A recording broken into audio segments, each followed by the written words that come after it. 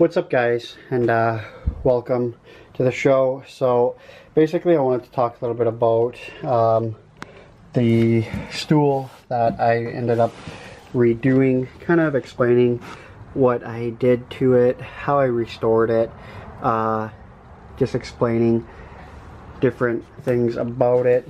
So essentially what I ended up doing was, I'll show you guys before and after photo of it.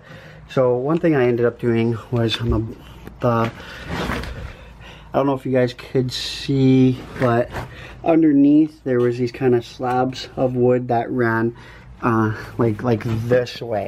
And they were all coming up, broken, that whole thing.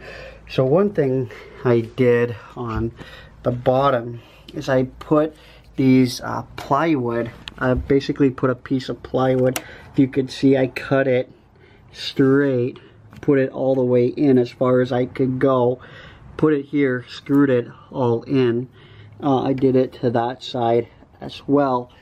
I put because this one's not done yet, I'll show you guys. This one I did the same thing to. I cut up another piece of plywood out and just like this, put it on top to basically make it more stable and sturdy. Another thing I did was I had little tin pieces of tin. I shaped them around, nailed them in as well, so you wouldn't see kind of the pieces of wood underneath. You wouldn't see the holes and stuff like that, and it just looked really bad. So another thing I also did is I took off the backing. I was going to put the backing on, but I had a lot of trouble sticking the backing on, so I took the backing completely off.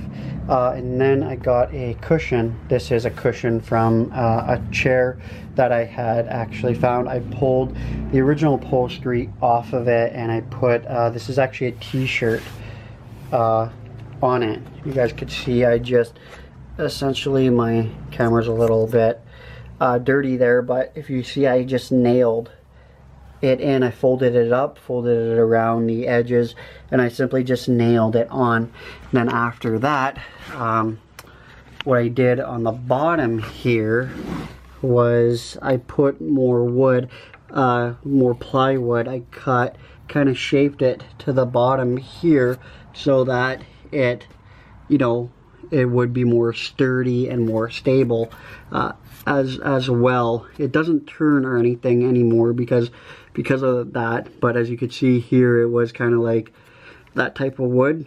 So I drilled it in to like give it a little bit more stability and strength and everything. And then of course I painted it from that to that, which is a nice blue.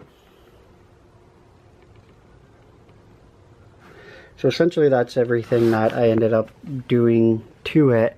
But yeah, definitely looks a lot better now. Pretty much looks like $1,000,000. Let me know what you guys think. Like I said, after this video I will show you a couple of before and after photos of it, so you guys could see kind of like how it looks. I think it's nice. The nice gloss on the paint came out pretty good. I don't think I'll do a second coat. I think I'll just leave it with the first.